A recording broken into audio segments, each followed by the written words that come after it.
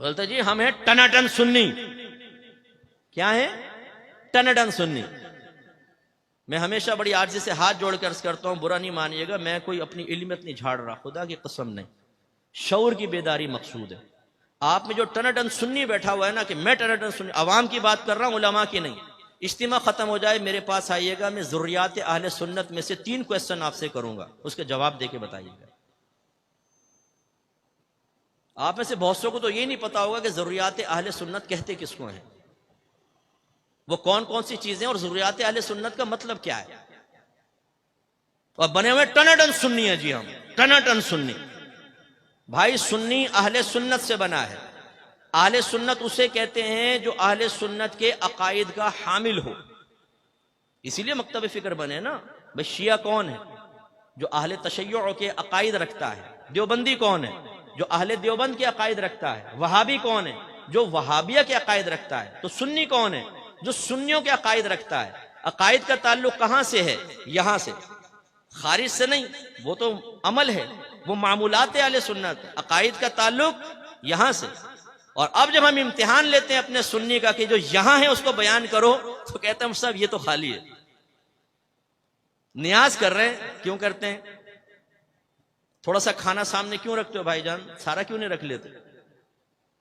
कारी साहब उस पर मुख्तलिफ कुरान की आयात लेकर एक मखसूस हिस्सा पढ़ते हैं, और उसको ऐसा हमने समझाया कि अगर मुझ जैसा आदमी कोई अलहम शरीफ और 3 बार सूरह इखलास पढ़े तो यूं देखते हैं कि फातिहा नामुकम्मल कर दी इन्होंने।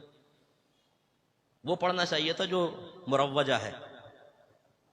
अच्छा, चादर क्यों चढ़ाते हैं? अपने आप से सवाल कर लीजिएगा जाकर, ये मजार पे चादर क्यों चढ़ाते हैं और इतनी सारी क्यों चढ़ाते हैं, और मन्नत क्यों मानते हैं आप चादर की? करें अपने आप से सवाल जरा।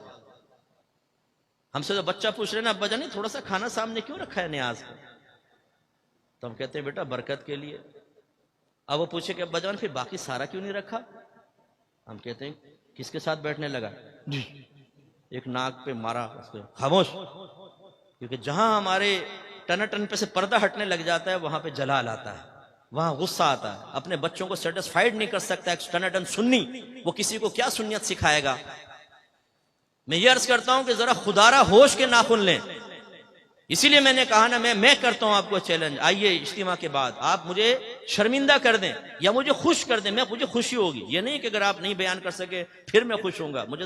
मैं जलता हूं, मुझे अफसोस होता है कि हम अहले सुन्नत से सुन्नी नहीं है। अब मैंने अक्सर देखा हम लफ्ज़ सुन से सुन्नी बन गए, सुन पड़े हुए हैं। पूछे तो कुछ भी नहीं आता।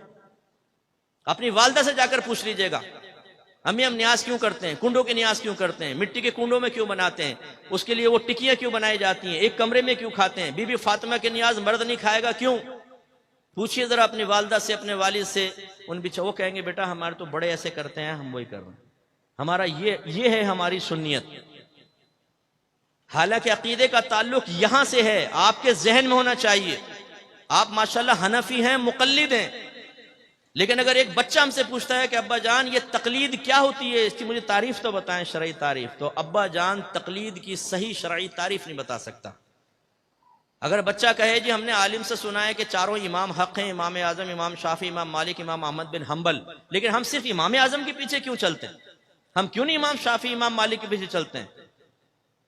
तो अब्बा जान के पास माकूल जवाब नहीं होगा। अब इसी तरह जुमे की नमाज के बाद बच्चा पूछ ले, अब्बा जान हम क्यों हाथ बांध के खड़े होकर इज्तिमाई तौर पे उर्दू में सलातो सलाम पढ़ते हैं, क्यों, क्या इसकी शरई हैसियत है?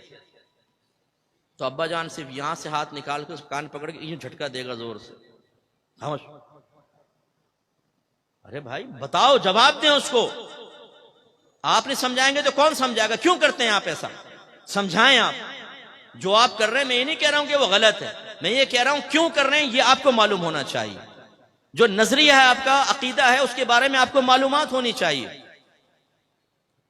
क्या नबी करीम सल्लल्लाहु अलैहि वसल्लम को आलिमुल गैब कह सकते हैं? आलिम माने जानने वाला, गैब माने गैब, गैब का जानने वाला।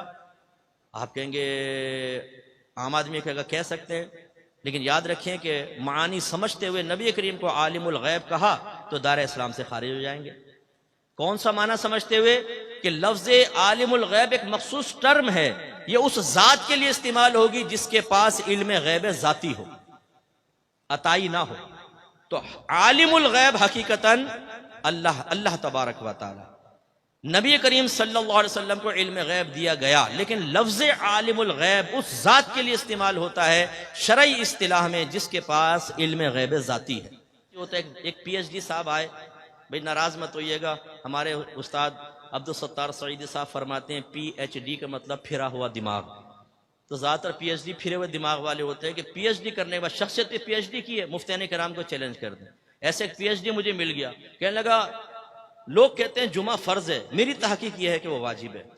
मैंने कहा फर्ज किसे कहते हैं और वाजिब, इसकी तारीफ बताओ।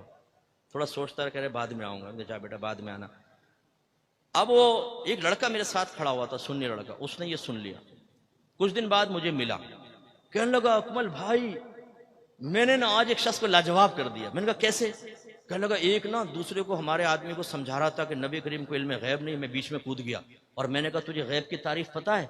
तो वो घबरा गया। मैंने कहा जा पहले तैयारी करके आ फिर आना। मैंने कहा शाबाश। कहने लगा लेकिन मैं डर रहा था कहीं मुझसे ना पूछ ले गैब की तारीफ क्या है। कमाल देखें आप, ये है टनाटन सुन्नी। अकीदा बयान करूंगा, अकीदे का दिफा करूंगा, तशरीह खुद नहीं आती।